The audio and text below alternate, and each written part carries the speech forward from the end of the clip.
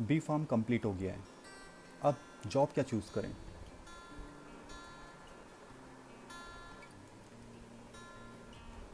B pharm complete करने के बाद हमारे पास जॉब के बहुत सारे रास्ते ओपन हो जाते हैं। मींस अगर आपने फार्मेसी फील्ड में डिप्लोमा या ग्रेजुएशन किया है तो आपको घर पर बैठने की ज़रूरत नहीं है, आपके पास जॉब के बहुत सारे वेज होते हैं।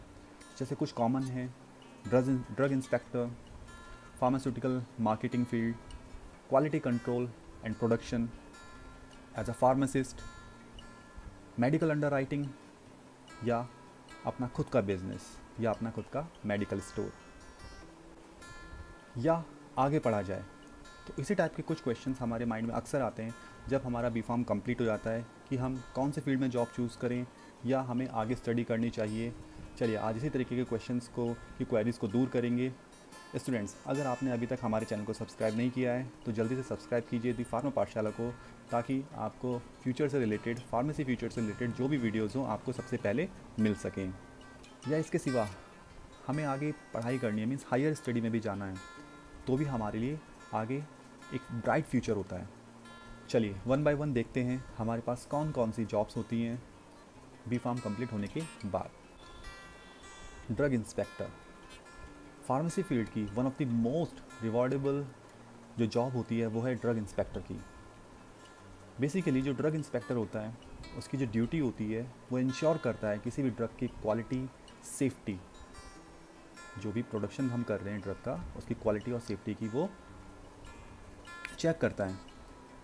जो ड्रग इंस्पेक्टर है उसके लिए जो एसेंशियल क्वालिफ़िकेशन है वो है B pharm. After B pharm आप ड्रग इंस्पेक्टर के लिए अप्लाई कर सकते हैं, और जो इसमें एक्सपीरियंस रहेगा वो 18 मंथ्स का इंडस्ट्रियल एक्सपीरियंस भी ज़रूरी है, जिसको आगे जा कर के जब इंटरव्यू होता है वहाँ पे मोस्ट प्रेफरेंस दी जाती है।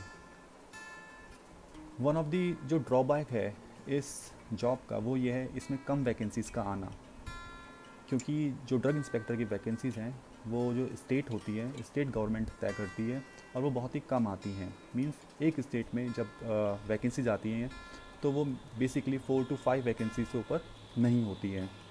और जो ड्रग इंस्पेक्टर हैं इसके लिए आपको एग्ज़ाम क्वालिफाई करना पड़ता है जो यूपीएससी, एसएससी या स्टेट गवर्नमेंट के थ्रू कंडक्ट कराया जाता है। जो सैलरी पैकेज होता है ड्रग इंस्पेक्टर का वो पे कमीशन 7 के हिसाब से 44,900 to 1,42,400 रुपीज़ रखा गया है। फार्मासिस्ट, अनदर जॉब जो फार्मेसी फील्ड की है वो है फार्मासिस्ट की, जिसे डिप्लोमा मींस डी फार्म या बी फार्म जिसने क्वालिफाई कर लिया है, पास हो चुके हैं, वो इसके लिए अप्लाई कर सकते हैं। फार्मासिस्ट जो जॉब होती है वो बेसिकली दोनों जो फील्ड होते हैं उसमें काम करती है, जैसे कि स्टेट गवर्नमेंट या सेंट्रल गवर्नमेंट या प्राइवेट सेक्टर में भी। गवर्नमेंट सेक्टर की बात करें तो जो फार्मासिस्ट जॉब होती है वो बेसिकली रेलवेज़, एयरवेज़ या अदर फील्ड जो होती हैं जहाँ पे गवर्नमेंट की बॉडीज़ होती हैं उनमें भी ये अवेलेबल होती है। बेसिकली जो फार्मासिस्ट होता है उसकी ड्यूटी जो होती हैं, जो भी ड्रग होती हैं उसको डिस्पेंस करना, उसके स्टॉक को मेंटेन करना। जो डॉक्टर होता है उसके थ्रू जो प्रिस्क्रिप्शन दिया गया है वो पेशेंट तक पहुंचाना और पेशेंट को उसकी इन्फॉर्मेशन भी प्रोवाइड करना। इसके सिवा जो फार्मासिस्ट की सैलरी होती है वो बेसिकली 7 पे कमीशन के हिसाब से 44,000 to 80,000 के बीच में रखी गई है, तो काफ़ी अच्छी सैलरी है। और अगर हम प्राइवेट सेक्टर की बात करें तो ये स्टार्ट होती है 15,000 to 30 या 40,000 तक। और इसके लिए गवर्नमेंट जॉब के लिए आपको एग्ज़ाम क्वालिफाई करना पड़ता है जो स्टेट गवर्नमेंट या सेंट्रल गवर्नमेंट ऑर्गेनाइज करवाती है। नेक्स्ट आता है फार्मास्यूटिकल मार्केटिंग, मीन्स जिसे हम एमआर भी बोलते हैं या मेडिकल रिप्रेजेंटेटिव भी बोलते हैं। बेसिकली जो मेडिकल रिप्रेजेंटेटिव होते हैं वो किसी भी इंडस्ट्री या कंपनी के जो भी उनके प्रोडक्ट होते हैं उसको सेल आउट करना या मार्केट में उनको रिप्रेजेंट करने का काम करते हैं। इसके लिए आपको एक अच्छे खासे एक्सपीरियंस की ज़रूरत होती है। एज ए फ्रेशर भी आप इसे ज्वाइन कर सकते हैं, लेकिन स्टार्टिंग में थोड़ी सी जो सैलरी पैकेज होता है वो कम होता है, लेकिन एक बार अगर एक्सपीरियंस हो गया तो उसके बाद पैसों की बारिश।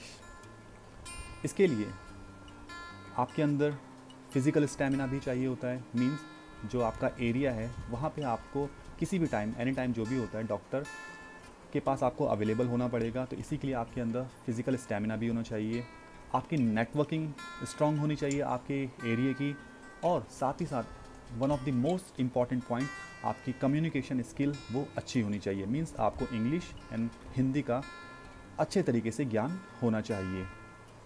तो इस तरीके से आप एमआर के लिए भी अप्लाई कर सकते हैं। Quality control and production area, basically ये जॉब होती है, ये फार्मास्यूटिकल इंडस्ट्री से रिलेटेड जॉब है। इसके अंदर बेसिकली 2 डिपार्टमेंट हम ले रहे हैं, quality control and production area. Quality control में आपको प्रोडक्ट की क्वालिटी चेक करनी होती है। मीन्स जो भी प्रोडक्ट मैन्युफैक्चर हो रहा है वो प्रोडक्शन की रिक्वायरमेंट को पूरा कर रहा है या नहीं कर रहा है, that is called quality control. And second one is production. Means जो प्रोडक्शन एरिया होता है वहाँ पे आपको अवेलेबल रहना होता है और ड्रग के मैन्युफैक्चरिंग में हेल्प करनी होती है। This is known as production.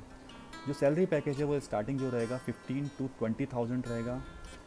Salary package थोड़ा सा स्टार्टिंग में कम है, लेकिन एक बार एक्सपीरियंस होने के बाद अच्छा इंक्रीमेंट फ्यूचर के लिए लगता है। Medical under writing, may be ये वर्ड आपने नहीं सुना हो, बट ये भी एक इम्पॉर्टेंट रोल प्ले करता है फार्मास्यूटिकल इंडस्ट्री में जॉब के लिए। अगर आप मेडिकल अंडर राइटिंग में जॉब करना चाहते हैं तो आपको फार्माकोलॉजी और बेसिक टर्मिनोलॉजी, जो फार्माकोलॉजी के अंदर यूज़ होने वाली टर्मिनोलॉजीज होती हैं उनकी अच्छी नॉलेज होनी चाहिए। इसके अंदर जो मेडिकल राइटर होता है उसकी बेसिक जो ड्यूटी होती है वो मेडिकल ट्रांसक्रिप्टर, मेडिकल कोडर, या जो इंडस्ट्री होती हैं उनके मेडिकल इंश्योरेंस से रिलेटेड जॉब होती हैं। मेडिकल अंडर राइटिंग में जो सैलरी पैकेज होता है वो स्टार्टिंग एज अ ट्रेनी दिया जाता है। जब आप ट्रेनिंग कर रहे होते हैं तो आपको 10 to 15,000 पर मंथ आपको पे किया जाता है, लेकिन जब आपको एक्सपीरियंस हो जाता है तो यही 30 to 50,000 तक आपको पर मंथ पे किया जाता है। ओन बिजनेस और सेल्फ एम्प्लॉयमेंट मीन्स इस कैटेगरी में वो पर्सन जो लोग जॉब नहीं करना चाहते हैं किसी के अंडर में, तो वो अपना बिजनेस भी स्टार्ट कर सकते हैं। इसके लिए आपको रजिस्ट्रेशन कराना होगा पीसीआई में। जब आप रजिस्ट्रेशन करा लेंगे तो उसके बाद आपको जब लाइसेंस मिल जाएगा तो आप अप्लाई कर सकते हैं मेडिकल स्टोर ओपन करने के लिए, या होलसेल बिजनेस स्टार्ट करने के लिए, या सर्जिकल इंस्ट्रूमेंट का होलसेल और रिटेल का भी आप स्टार्ट कर सकते हैं। तो इसके लिए आपको काफ़ी हार्डवर्क करना होता है और आपका एक नेटवर्किंग जो एरिया है वो स्ट्रॉन्ग होना चाहिए। Higher education after B pharm, अगर आप बी फार्म के बाद जॉब नहीं करना चाहते हैं या आप आगे पढ़ाई करना चाहते हैं, हायर स्टडी की तरफ जाना चाहते हैं, तो कौन कौन से कोर्सेज अवेलेबल होते हैं। बेसिकली जो बी फार्म के बाद सबसे कॉमन जो कोर्स अवेलेबल है दैट इज़ जो नेशनल लेवल है उसके बेस पे एम फार्म एंड MBA। जो इंटरनेशनल लेवल पे कोर्स हमारे पास अवेलेबल हैं वो है MS means master of science. M pharm करने के बाद आप फर्दर या तो PhD कर सकते हैं या एम फार्म के बेस पे ही किसी भी यूनिवर्सिटी कॉलेज में as a lecturer, as assistant professor आप वर्क कर सकते हैं। अगर आप इंडस्ट्री की तरफ भी मूव करना चाहते हैं तो आपको एक अच्छा पैकेज स्टार्टिंग में मिल सकता है, दैट इज़ 18 to 25,000 के अंदर आपको स्टार्टिंग में मिल सकता है।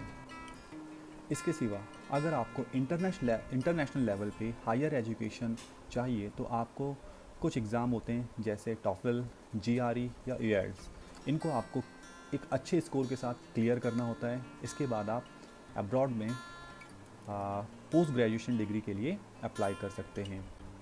और स्टूडेंट्स, इन सब कोर्स से हटकर अगर आपको कुछ और अलग करना है फार्मेसी के फील्ड में ही, तो that is PharmD। PharmD means doctor of pharmacy. ये बेसिकली 6 ईयर ड्यूरेशन का कोर्स होता है जिसके लिए आपको बी फार्म क्वालिफाई होना ज़रूरी है। अगर हम इंडिया में बात करें तो जो इस कोर्स का स्कोप है काफ़ी अच्छा है, आउट ऑफ इंडिया भी इस कोर्स का स्कोप काफ़ी अच्छा है, तो आप इसे भी चूज़ कर सकते हैं। तो स्टूडेंट्स, ये था ओवरऑल एक व्यू, हम आफ्टर बी फार्म क्या क्या कर सकते हैं, कौन कौन सी जॉब अपॉर्चुनिटीज़ हमारे लिए अवेलेबल हैं, या हम कौन कौन से कोर्सेज़ में एडमिशन ले सकते हैं। अगर आपके माइंड में इससे रिलेटेड कोई भी क्वेश्चन या क्वेरीज़ हों तो मुझे कमेंट सेक्शन में ज़रूर लिखिए, मैं उनका रिप्लाई ज़रूर करूँगा।